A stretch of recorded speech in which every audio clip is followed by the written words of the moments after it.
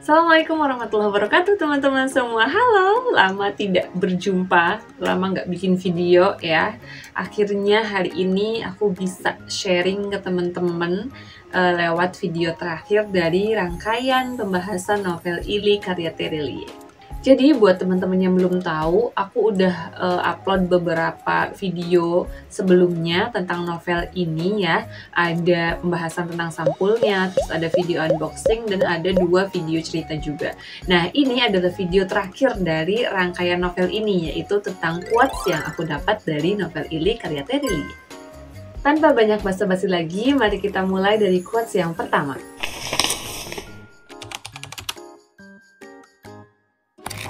Kalau teman-teman punya bukunya, bisa dibuka di halaman 105.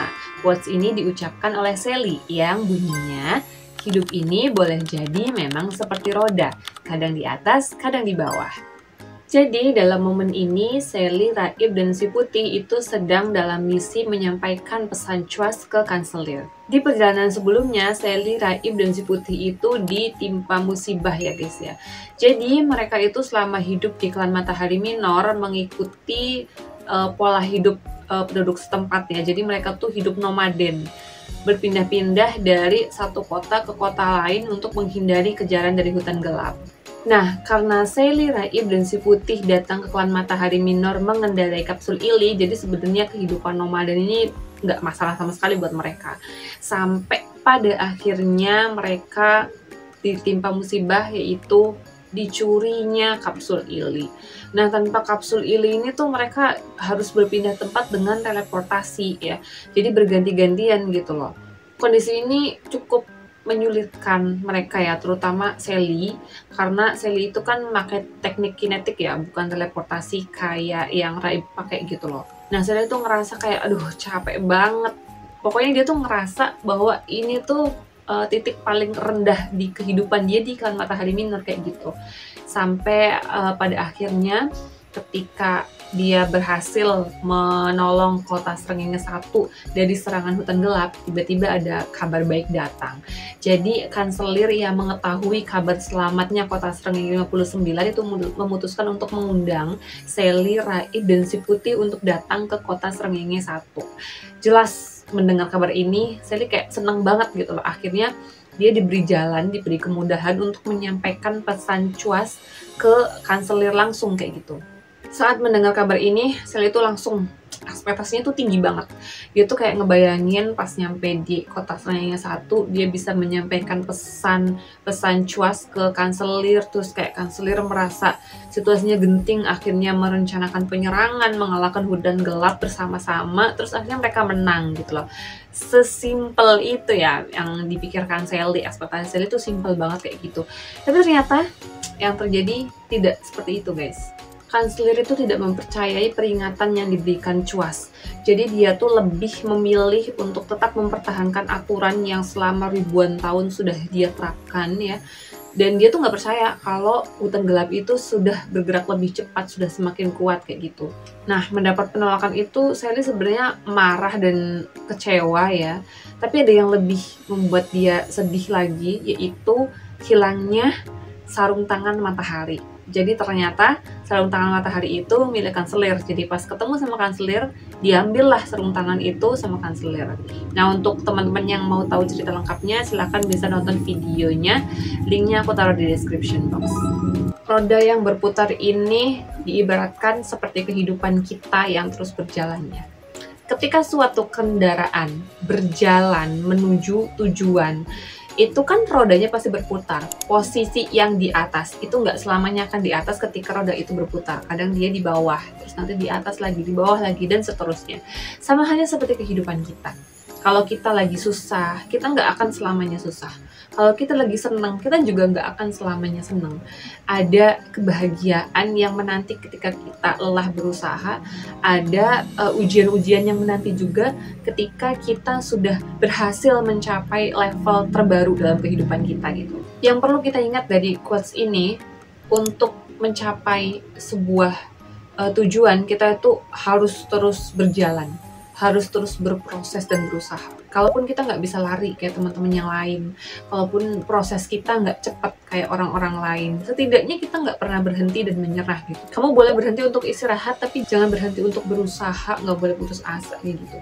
Harus selalu percaya dan berpikir positif bahwa ya dari lelah-lelah yang sudah kita lewati di hari kemarin, hari esoknya pasti akan lebih indah dan lebih baik lagi kayak gitu.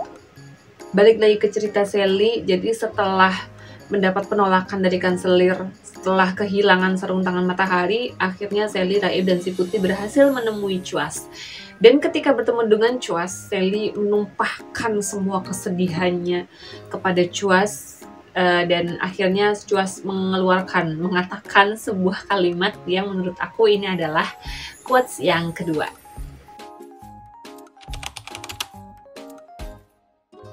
Kalau teman-teman punya bukunya, bisa dibuka di halaman 169.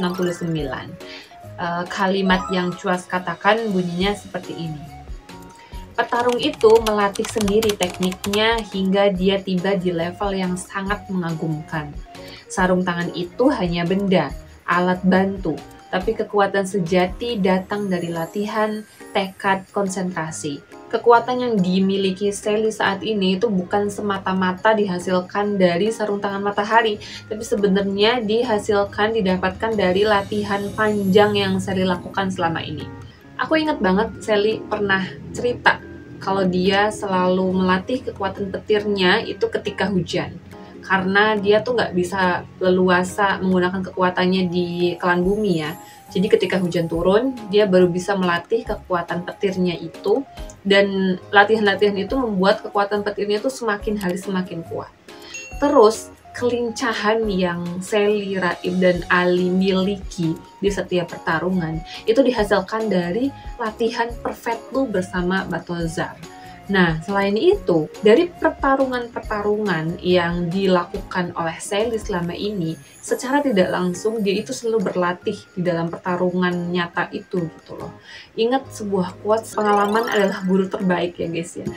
Jadi itulah yang menjadi bukti bahwa pengalaman-pengalaman Sally yang didapat dari pertarungan, petualangan ke berbagai klan selama ini, itu secara tidak sadar menambah kekuatan Sally gitu loh. Latihan-latihan itulah yang sebenarnya bisa membuat Sally semakin kuat, bukan semata-mata karena dia memakai sarung tangan matahari. Itulah kenapa Chuas itu menekankan ke Sally, jangan pernah bergantung sama sarung tangan matahari. Di kehidupan kita juga, kita harus selalu ingat, kita tidak boleh bergantung pada sesuatu atau seseorang selain Allah. Ngapain kita harus bergantung ke orang lain, harus bergantung ke sesuatu? Kalau aku pengen A, berarti aku harus sama B.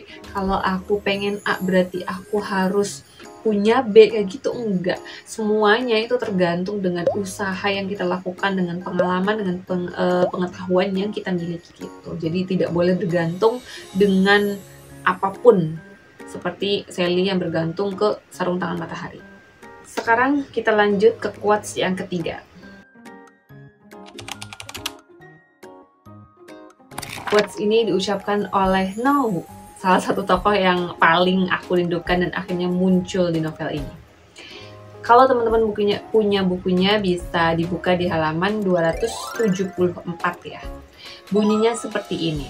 Dalam semua petualanganku 200 tahun terakhir, aku selalu meyakini agar tidak pernah berhenti berharap. Sekecil apapun harapan tersebut, karena itu bisa membawa keyakinan, kebahagiaan, dan mungkin jalan keluar. Tapi dalam kasus ini, izinkan aku berterus terang. Harapan itu nyaris tidak ada lagi. Kalimat ini diucapkan No ketika Raib shock melihat ternyata Tas yang menjadi Raja Hutan Gelap. Dia bertanya ke No, apakah Tas bisa berubah seperti dulu lagi, bisa kembali ke sosoknya yang asli kayak gitu. Terus ya itulah jawaban No seperti itu. Di sini aku pengen menekankan bahwa harapan itu bisa membawa keyakinan, kebahagiaan, dan mungkin jalan keluar. Aku setuju dengan kalimat No yang ini. Karena menurut aku, dengan punya harapan, kita tuh bisa merasa lebih hidup gitu. Dengan punya harapan, kita tuh bisa terus berusaha dan berdoa. Kalau misalkan kita punya harapan, kita tuh tahu apa yang harus kita lakukan, apa yang harus kita perjuangkan kayak gitu. Nah, di akhir kalimat itu Now bilang kalau harapan Raib ini nyaris tidak ada. Meskipun itu cukup membuat putus asa ya seharusnya. Tapi kalau diteliti, di situ ada kata nyaris. Itu berarti nggak 100% nggak ada. Masih ada sekian persen walaupun kecil yang bisa menjadi harapan Raib kayak gitu. Itu menunjukkan bahwa sesulit apapun kondisi kita, tetap ada harapan yang bisa kita munculkan. Jadi apapun tujuan kalian, apapun tujuan kita, mari kita perjuangkan bersama-sama. Seperti halnya Raib yang tetap berusaha untuk bisa menyelamatkan bapaknya dari pengaruh bunga matahari hitam, meskipun akhirnya tas tidak selamat ya. Dia harus mengorbankan ayahnya, tapi pasti ada hikmah dari kejadian itu gitu. Dan hikmahnya kita tunggu nanti di novel selanjutnya ya, masih belum terbit, sabar. Oke, jadi mungkin itu saja 3 quotes yang bisa aku bagikan di video ini. Buat teman-teman yang mau baca novelnya, silahkan bisa pinjem di perpustakaan di daerah kalian, atau bisa beli bukunya di Gramedia, atau kalau mau beli online bisa di official store-nya Terelie. Nanti aku taruh linknya di description box. Atau buat kamu yang nggak suka buku fisik, sukanya ebook, bisa juga beli ebooknya di Play Store ya. Ada banyak cara untuk mendapatkan buku yang original. Jangan beli yang bajakan ya guys ya. Ingat apa? Kalau bajakan itu bukunya kualitasnya pasti lebih rendah, jadi cepat rusak. Dan yang paling penting adalah kalau kita mau mendapatkan hal-hal baik dari sebuah buku, maka proses membacanya juga harus dengan cara yang baik. Salah satunya dengan membeli buku-buku yang original. Buat teman-teman yang belum nonton video-video aku sebelumnya, ada pembahasan tentang covernya, terus ada ceritanya, ada unboxingnya, terus ada juga audiobooknya ya. Nanti linknya aku taruh di description box. Terima kasih untuk teman-teman yang sudah menonton. Tolong bantu aku untuk subscribe channel aku dan share video ini ke teman-teman yang lain kalau dirasa video ini memang bermanfaat. Terima kasih sekali lagi. Wassalamualaikum warahmatullahi wabarakatuh.